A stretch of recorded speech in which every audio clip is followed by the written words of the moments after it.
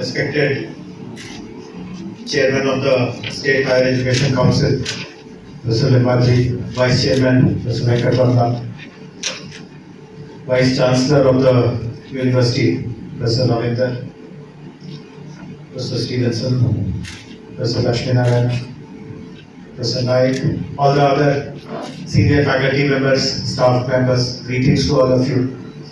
Let me also congratulate Mr. Ravinder and the entire team of Osmania University for coming out with this very brilliant concept.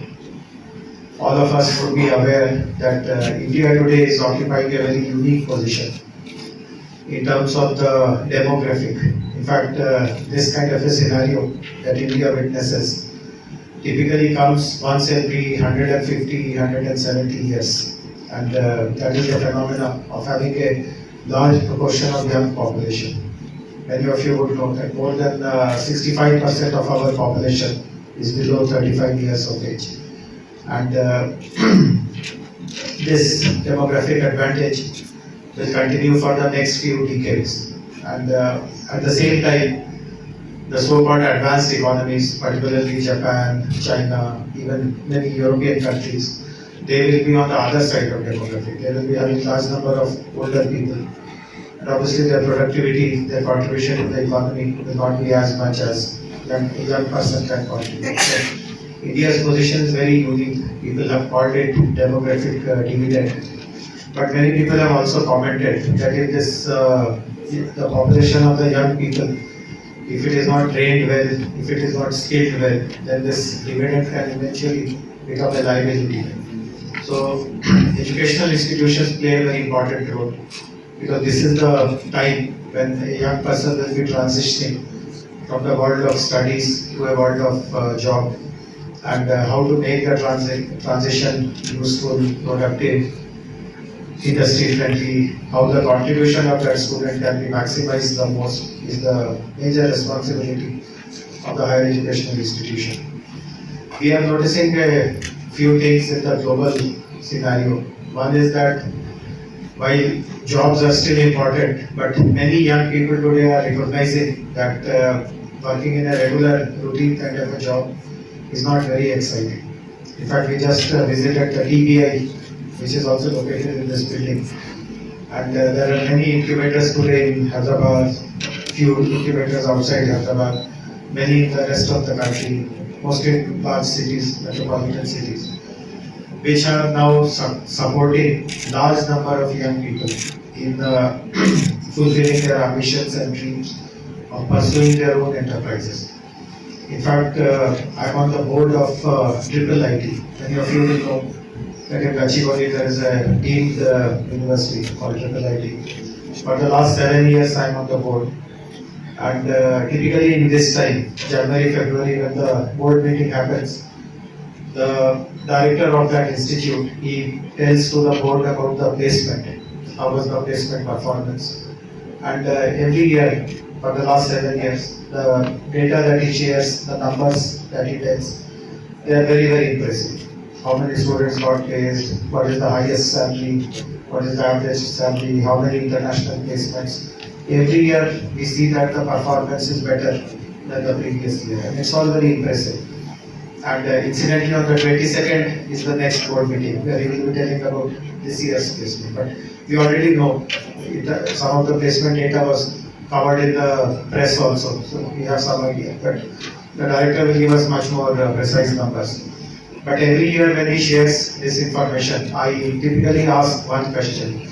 And the question which I ask is that how many students did not participate in the placement process. And then he pulls out that number also and he shares.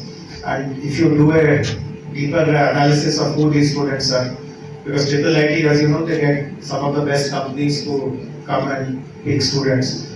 Despite that, why is it that some students are not joining this placement program? So typically there are three categories of students. There are some students, as you know, it must be true here also in Osmania, that there are some students who want to continue their education. They want to go for higher education. As you know, many students from here go to the US, go to other countries, they do higher studies. So that number remains the same. For the last 7 years, about 10 to 12% of the students continue their education further.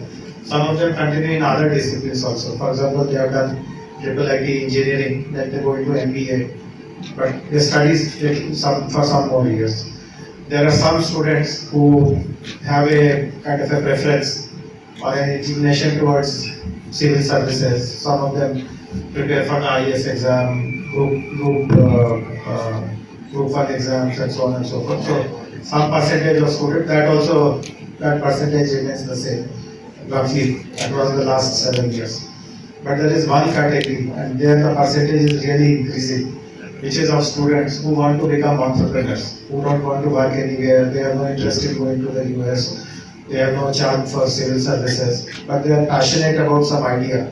They have identified something which they feel they can do very well, and then they decide to become entrepreneurs, start their own companies.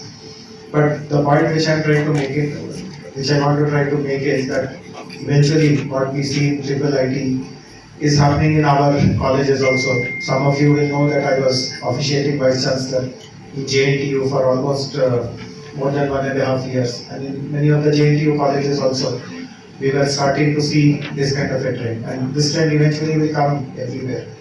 So the responsibility of an institution like this, the Human Capability Development Center, is to cater to all kinds of students. Those students who are looking for jobs, of course, finishing opportunities are required, but there are many who would like to become entrepreneurs. So how do you identify those students? How do you tell them that there is a TPI here or there are other incubators outside? How do you connect with them? Those who want to appear for civil services, that also is a very competitive area.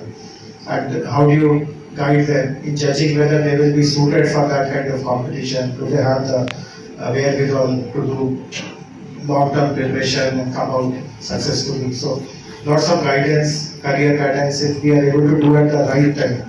Today the society requires all categories. We require highly trained technologists, business studies professionals. We require people who work in jobs in various organizations, and we also require entrepreneurs. So how do we ensure that the right person is in the right place, is occupying the right area where he has the best talent for? I think that should be the mandate of the HCDC. And I'm very happy that Vice Chancellor has put together a good team. He was explaining that there are 4 verticals and 4 coordinators will be looking after each of these verticals. But one very important requirement will be that you will have to popularize this center amongst the students, because students, as you know, they have their own understanding about different issues.